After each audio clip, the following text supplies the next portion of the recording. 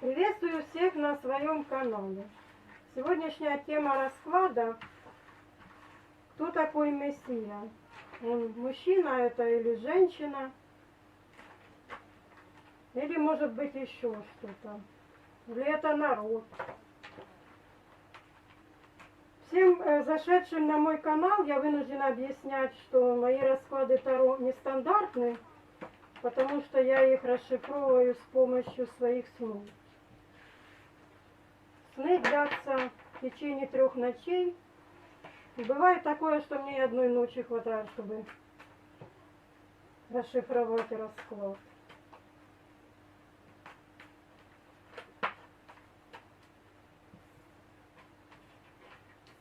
Ладно, оставим рассвета. Пора собирать урожай.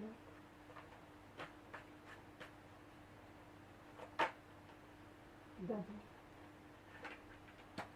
Еще лучше.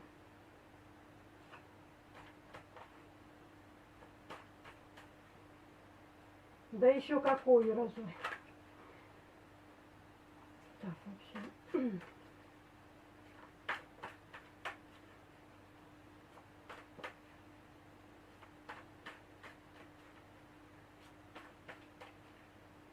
Женщина. Давайте, мужчина или женщина? Мессия это мужчина или женщина?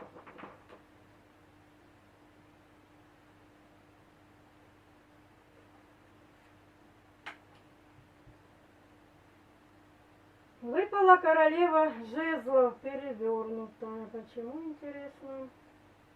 Женщина, которая считается, наверное, ведьмой злой. Представьте, на дне колоды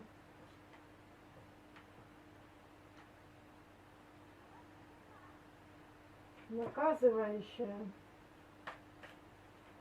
воин, ментал ввели, в общем.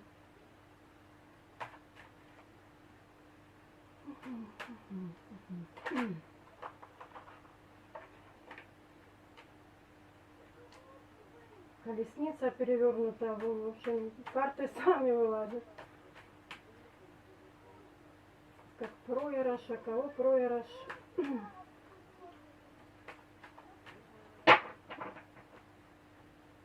Проигрыш кого?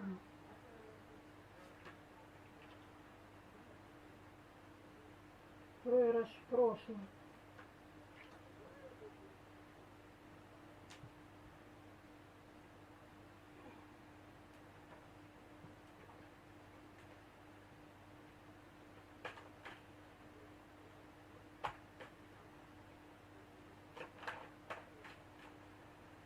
Три магнитофона, 3 портсигара отечественных, куртки замшевых 3.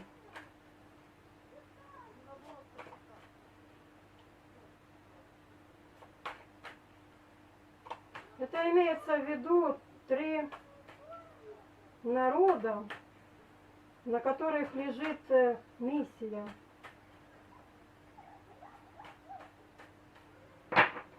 Ну, в общем, выложу я одну строчку, что сами карты хотят сказать интересного.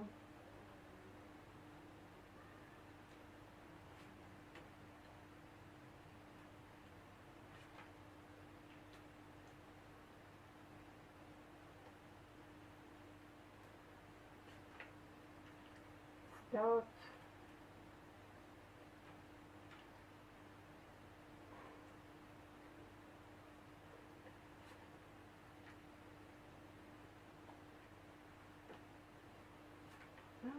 Старые игрушки, книжки спят. В общем, огромнейшая тайна за этим стоит, о которой никто не хочет говорить.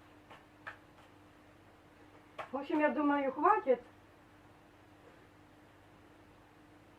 Посмотрим сны, и я потом расшифрую поконкретнее.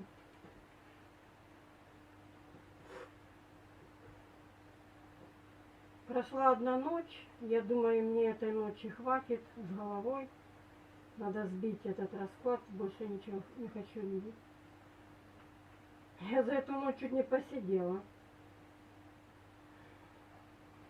Вот это выпала женщина, да, в образе, как бы в старину бы ее назвали ведьмой. И здесь женщина сидит тоже, карта королева мечей.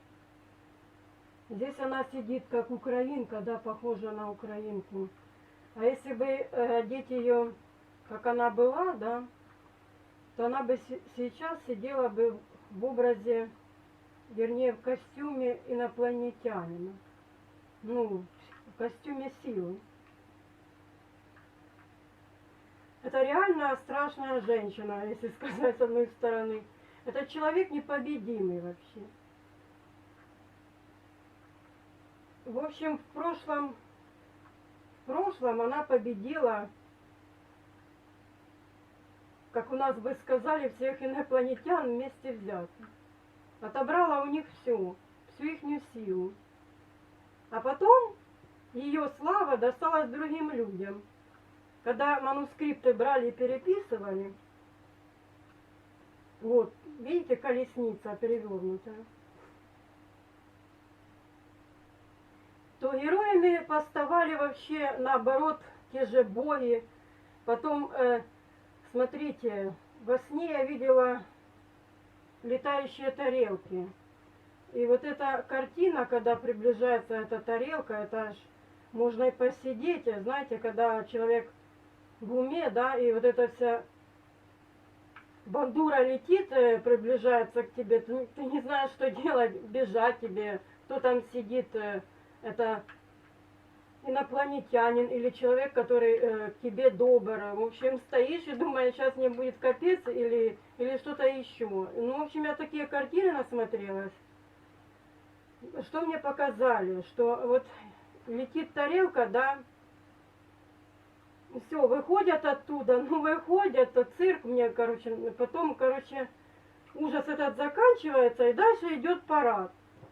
Когда вместо одного человека, да, славу одного человека заменяет славу простыми людьми. Там выходит и начинается концерт на дроте. О чем здесь речь идет? Дело в том, что когда начали переписывать манускрипты и туда вставлять обычных людей, которые вообще этого не делали, то победителями у нас становились вот такие боги, в кавычках говорится, на колесницах, которые катаются по небу. Если кто артефакты, ну, интересовался, да, артефактами древними, которых очень на сегодняшний день много, в интернете можно насмотреться таких артефактов, там обхохочешься. Когда Бог едет по небу на колеснице, видите, вот вместо этих сфинксов, да, там запряженные кони. Ученые до сих пор не могут понять, как это кони у нас летают по небу. Летуны. Обычно, очень просто. Просто манускрипты переписывали фараоны, переписывали люди тех веков, когда они сами ездили на колесницах. Когда они читают древние документы, они понимают это по-своему, соотносительно своей реальности. То есть они в то время ездили на тачанках, на колесницах. Вот они и сделали эти артефакты в виде колесниц, которые таскаются по небу. Брычки там всякие, трандулеты по небу летают. И потом, когда мы смотрим на вот эту всю чушь, то будущее поколение понимает, что это фигня полная. Как это может тачанка рассекать по небу? И вот это все со временем так стихло, и все, мы уже забыли, что у нас вообще были такие тарелки, которые летали по небу.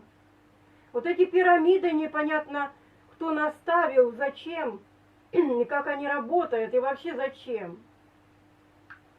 Дело в том, что на сегодняшний день люди так бережно охраняют эти пирамиды, они хотят секрет узнать этих пирамид и думают, боже, это нам все достанется самим.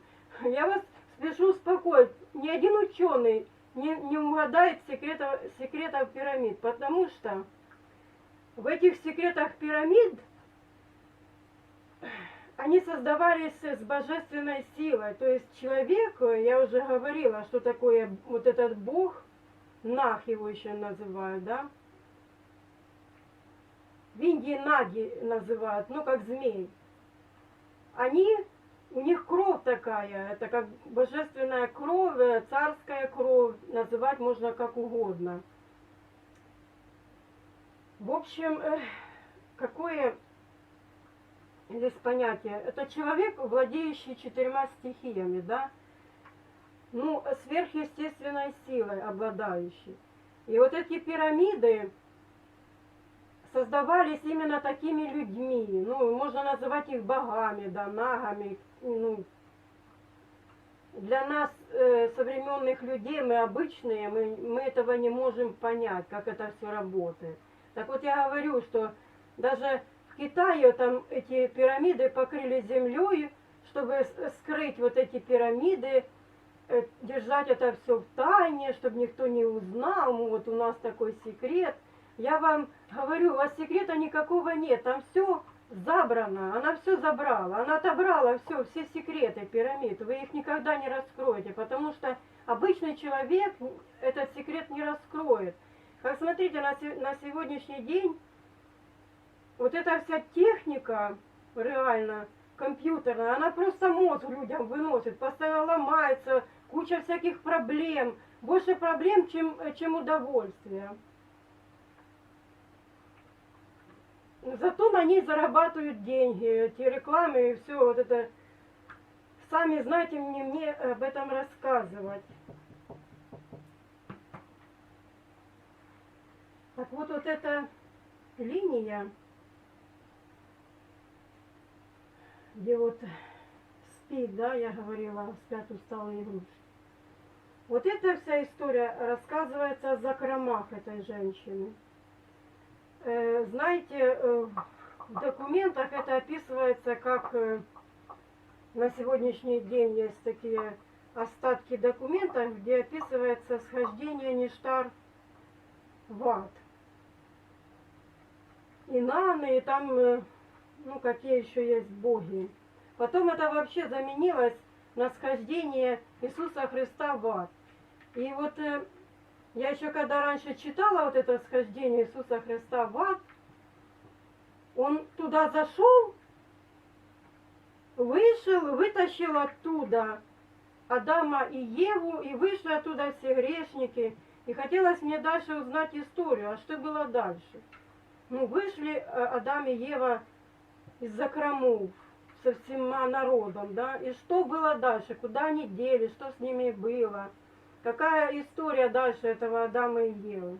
Да никакой истории здесь нет, потому что вот эта вся история просто-напросто заменена схождением Иисуса Христа в ад. Это мне такое там показывали схождение, знаете, это дискотека. Это описанный этим Булгаковым бал сатаны.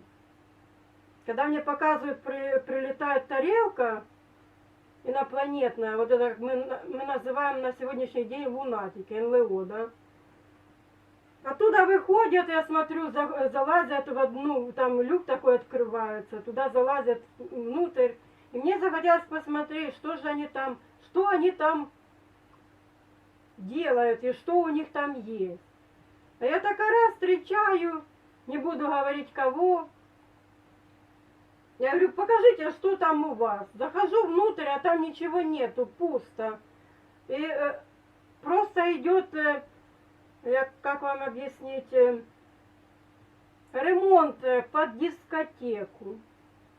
Они там строят дискотеку. В общем, о чем здесь речь говорится, что вот эти все церкви, да, и вот эти храмы, они читали документы и строили у себя вот этот бал сатаны, да, в которых ничего нету, по сути, пустые здания, со временем это все рушилось, перестраивалось на новые. На сегодняшний день у нас супер религия, суперсила в виде этих икон. А у некоторых и вообще запрещено изображать кого-либо.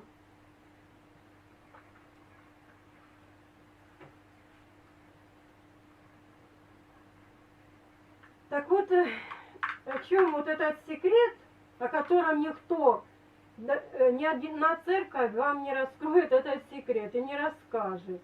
Потому что это, ну, позор для всех, кто переписывал эти документы. А вот это вот прошлое, да, прошлое. И в будущем здесь ответственность лежит не только на украинцах, а на 3 народах под названием славяне. Знаете, что такое славяне? Слово славяне. Это слава, присвоенная себе. Вот смогут ли 3 народа исправить ошибку? Очень простым способом. Объединиться и прекратить войну.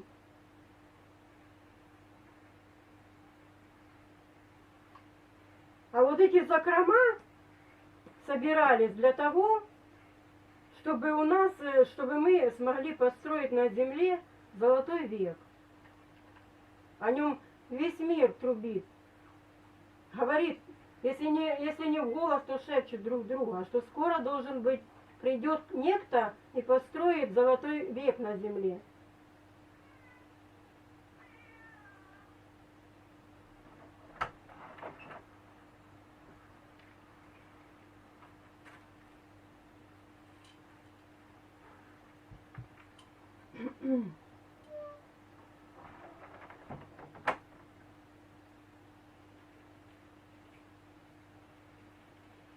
Что еще хотела сказать?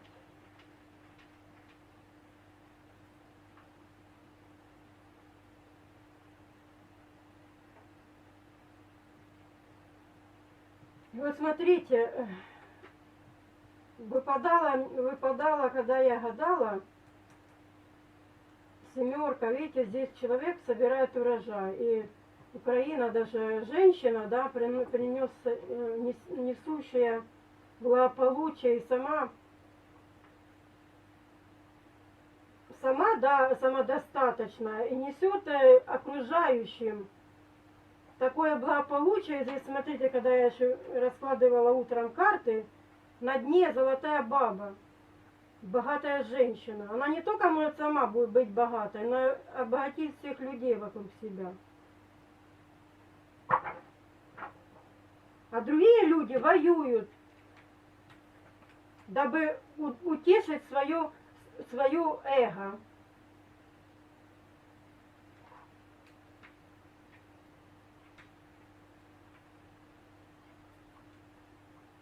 Вот это большой секрет.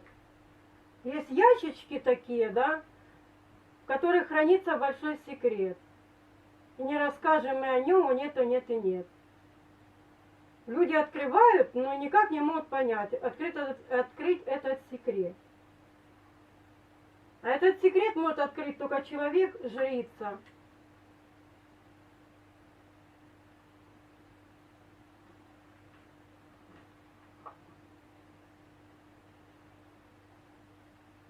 Так вот, я вылаживаю свои видео и не раскручиваю их совершенно. Я выполняю свою часть уговора. А это людям решать, нужен вам вот этот секрет или нет. Может, у вас другие проблемы, коммунальные услуги, будущее со всеми налогами, которые вот каждый день рассказывают нам, как нас будут прессовать, контролировать, какое будущее у нас ждет.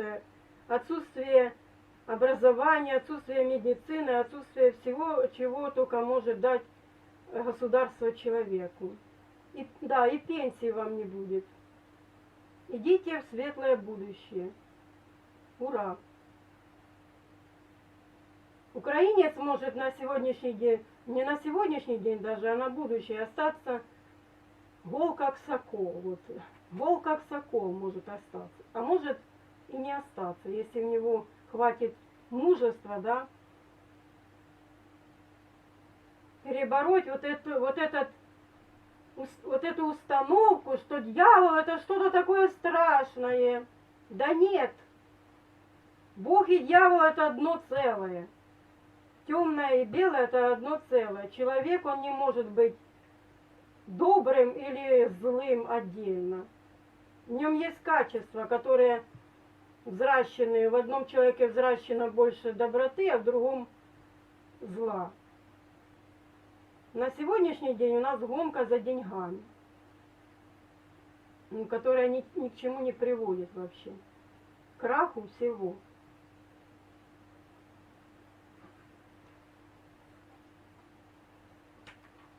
Так вот, я хотела бы обратиться к украинскому народу с одним вопросом. На сегодняшний день в Украине День Победы, 9 мая, называется День смирения. Знаете, такое оскорбление, наверное, бы никто не хотел. Смиритесь, что вы не победители этой войны. Да, победили все, кроме вас. Тогда я хотела бы задать вопрос победителям, да, победителям на сегодняшний день. А где ваши трофеи войны? Где вот это Гитлер, который обошел всю Европу, отнял у них все? А где эти трофеи? Где? Когда праздновали День Победы, принесли трофеи в виде мусора из флагов, крестов, крестики, нолики принесли в Москву, скинули вот этот мусор, победители. Так вот, вот этот мусор есть знаком для всех. Когда у Романовых отобрали все майно, да, а себе оставили этот орла, да, все регалии, короче, царей себе оставили. Ну как же, это ж красиво, почему бы не называться так, как назывались цари русские, да? Так вот это, как говорится, нате вам то, что вы хотите. Вот вы будете иметь именно крестики-нолики. Победители войны. И задумайтесь, когда победил Сталин войну, да, почему же он как-то так скромненько Германию-то себе всю не забрал. Он начал ее делить, потому что они боялись кое-кого.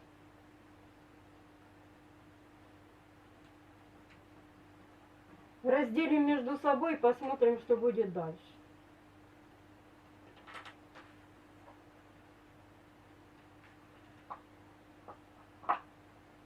А Украина пусть спит, спят усталые игрушки.